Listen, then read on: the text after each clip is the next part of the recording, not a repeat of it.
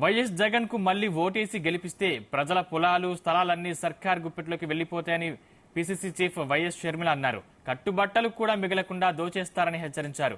జగనన్న తనకు తాను పులినని సింహాన్నని ప్రచారం చేసుకుంటున్నారు. కానీ వారు ఎవరికి పులి ఎవరికి సింహం అని ప్రశ్నించారు. ఒకసారి బీజేపీ ముందుకు వెళ్లి పంజా విసరమని సవాల్ విసిరారు. దమ్ముంటే బీజేపీ ముందుకెళ్లి తొడగొట్టాలన్నారు. కేవలం బెదిరింపులు అరెస్టులతో చేసే మీది ఒక దిక్కుమాలిన పాలన అని విమర్శించారు. ఏపీకి ప్రత్యేక హోదా సాధించేది కాంగ్రెస్ పార్టీనే అన్నారు. ఏలూరు జిల్లా దెందులూరు నియోజకవర్గం పోతునూరులో నిర్వహించిన బహిరంగ సభలో ఆమె ఈ వ్యాఖ్యలు చేశారు.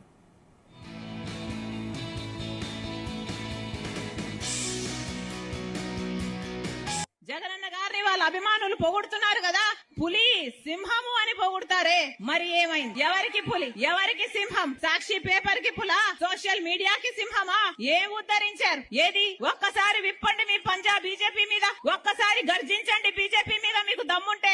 ఒక్కటంటే ఒక్క వాగ్దానం నిలబెట్టుకోలేదే. అయినా కూడా ఒక్క ఉద్యమమైనా మీరు చేయకపోతే మీరు ఆంధ్ర రాష్ట్ర ప్రజలకు ద్రోహులుగా మిగిలిపోరా? చరిత్ర మిమ్మల్ని క్షమిస్తుందా? ఏం చేతనైంది మీకు? కేవలం బెదిరింపులు, కేవలం బూతులు తిడుతూ సొంత ఆడబిడ్డల్ని బజారుకి ఇడుస్తున్నారు, వ్యక్తిగతంగా దూషణలు చేస్తున్నారు. ఇదే చేతనైంది కదా మీకు?